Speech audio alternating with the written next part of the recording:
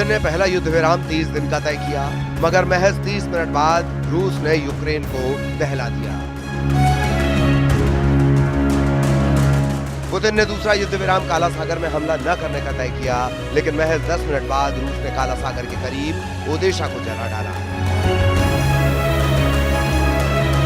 Putin ने तीसरा युद्ध विराम ईस्टर पर हमला नहीं करने का 23 घंटे का तय किया, लेकिन ज़ेलेंस्की ने दावा कर दिया है कि ये युद्ध विराम 3 मिनट भी नहीं टिका। पुतिन पर वादा खिलाफी का तीसरी बार आरोप लगा है। ज़ेलेंस्की ने दावा किया कि रूस ने धोखा दिया, त्योहार पर युद्ध विराम का भ्रम फैलाकर यूक्रेन में भारी तबाही मचाई। रूस के बम बारूद की मार यूक्रेन के 59 इलाकों ने रविवार को झेली। ज़ेलेंस्की के आरोप से भड़के रूस ने यूक्रेन को बड़ी वार्निंग दे डाली।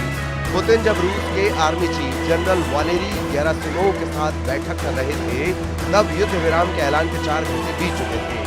रूसी मीडिया युद्ध विराम के अपडेट दे रहा था, जिसमें बार बार वो बातें दोहराई जा रही थी। वो ये थी कि युद्ध विराम लागू हो चुका है, लेकिन यूक्रेन ने हमले की गलती की तो फिर रूस ऐसा बदला लेगा जो ज़ेलेंस्की की जमीन खिसका देगा।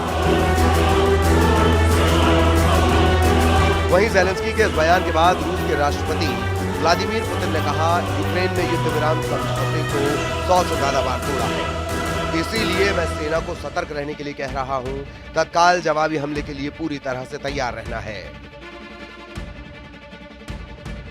पुतिन ने युद्ध विराम की जो चाल चली, उसमें यूक्रेन बुरी तरह फंस गया।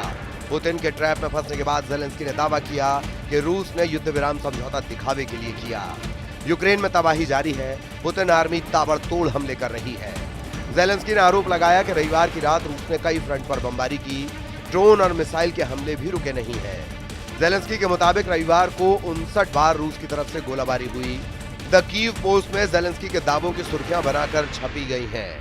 ज़ेलेंस्की ने ईस्टर पर जो मैसेज दिया, उससे भी साफ है कि युद्ध अब एक नए दौर में एंट्री करने जा रहा है।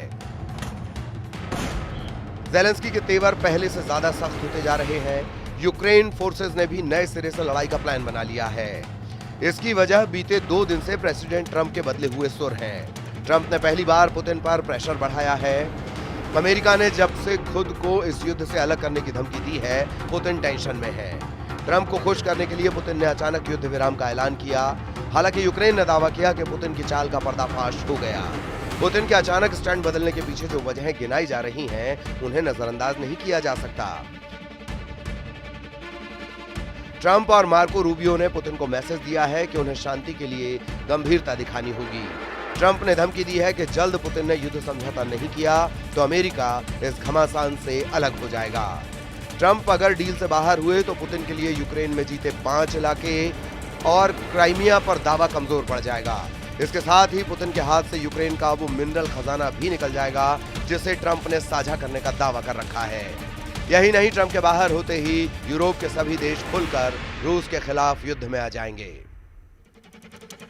यूक्रेन में खून खराबे से भड़के फ्रांस, ब्रिटेन, जर्मनी अब तक ट्रंप की वजह से सधे कदमों से आगे बढ़ रहे हैं, लेकिन ट्रंप ने जब से पुतिन पर डाउट किया है, पासा पलट गया है। अमेरिका का अनुमान है कि यूक्रेन रूस युद्ध में हर हफ्ते 2500 लाशें बिछ रही हैं। युद्ध में जान गंवाने वाले सैनिक यूक्रेन और रूस के बजाय दूसरे देशों के हैं। ट्रंप ने आशंका जताई कि जिन हथियारों का युद्ध में इस्तेमाल हो रहा है, उससे ये किसी भी दिन एटमी युद्ध बन सकता है।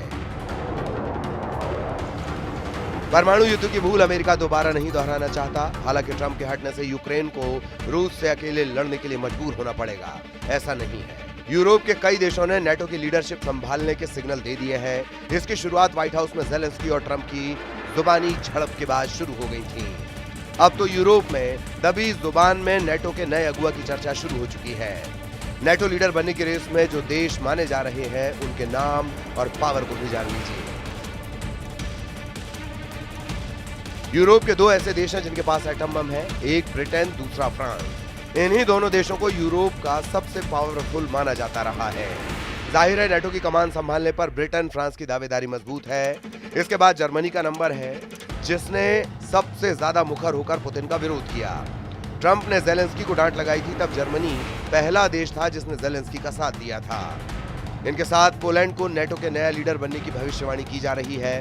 पोलैंड का नाम सबसे ज्यादा चौंकाने वाला और पुतिन को शौक देने वाला है। रूस यूक्रेन युद्ध शुरू होने के बाद से पोलैंड ने पुतिन के खिलाफ जमकर बयानबाजी की। पोलैंड ने पुतिन के खिलाफ यूक्रेन की हर तरह से मदद की। पोलैंड ने सभी नेटो देशों से ज्यादा रक्षा पर खर्च भी किया।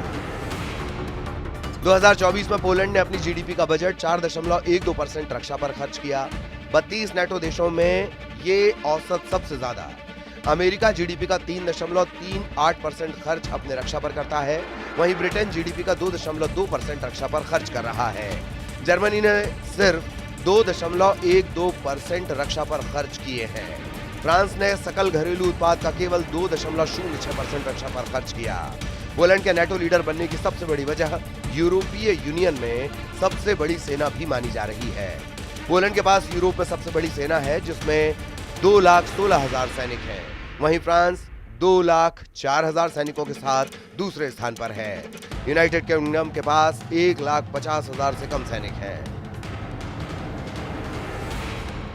पोलैंड ने पुतिन के खिलाफ सबसे ताकतवर हथियार जुटा रखे हैं। पोलैंड ने यूक्रेन युद्ध शुरू होने के बाद किस तरह खुद को युद्ध के लिए तैयार किया, ये जानने के बाद रूस की टेंशन दोगुनी हो चुकी है। पोलैंड के पास मेड इन अमेरिका स्टेल्थ जंगी जेट का बेड़ा है। अमेरिका के बाद पोलैंड दुनिया का दूसरा देश है जिसके पास Patriot advanced capability 3 PAC 3 missile system है। पैट्रियट का सबसे एडवांस वर्जन रखने के साथ पोलैंड बैलिस्टिक और क्रूज मिसाइलों का भंडार रखता है। पोलैंड के हथियार गोदाम में हॉवित्जर और K9 हॉवित्जर है। पोलैंड पुतिन को सीधे चैलेंज करने का जोखिम मोल लेता रहा है, इसीलिए अमेरिका के नेटो से हटने के बाद सबसे मजबूत दावेदार माना जा रहा है। हालांकि ट्रंप नेटो में रहते हैं या दूरी बनाते हैं, ये अभी तय नहीं। जो बात तय है वो ये कि रूस यूक्रेन युद्ध में सिर्फ जीत चाहता है। पुतिन को यूक्रेन में जीते हुए सभी इलाके चाहिए। पुतिन को यूक्रेन का मिनरल खजाना चाहिए। पुतिन को क्राइमिया से यूक्रेन के दावे को हटाना है। पुतिन को यूरोप के उन दुश्मनों से निपटना है जिन्होंने यूक्रेन को युद्ध में मदद पहुंचाकर पुतिन के प्लान को अब तक कामयाब नहीं होने दिया।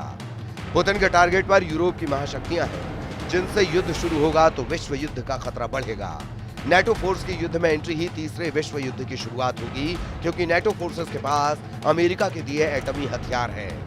ब्रिटेन, फ्रांस जैसे देशों के खुद के एटम बम तो हैं ही, जर्मनी के पास भी सुपर पावर के दिए एटम बम हैं।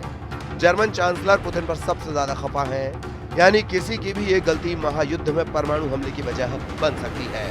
इस खतरे का ट्रंप ने सही अनुमान लगा लिया है। यही वजह है कि उन्होंने पुतिन पर प्रेशर बनाकर जल्द युद्ध समझौते का दांव चला है। देखना यह है कि पुतिन युद्ध विराम तोड़ने के आरोप का जवाब कैसे देते हैं। पुतिन का स्टाइल धमाके का है। अगला धमाका किस बम का होगा, ये यूक्रेन की तबाही खुद ब खुद बयां कर देगी।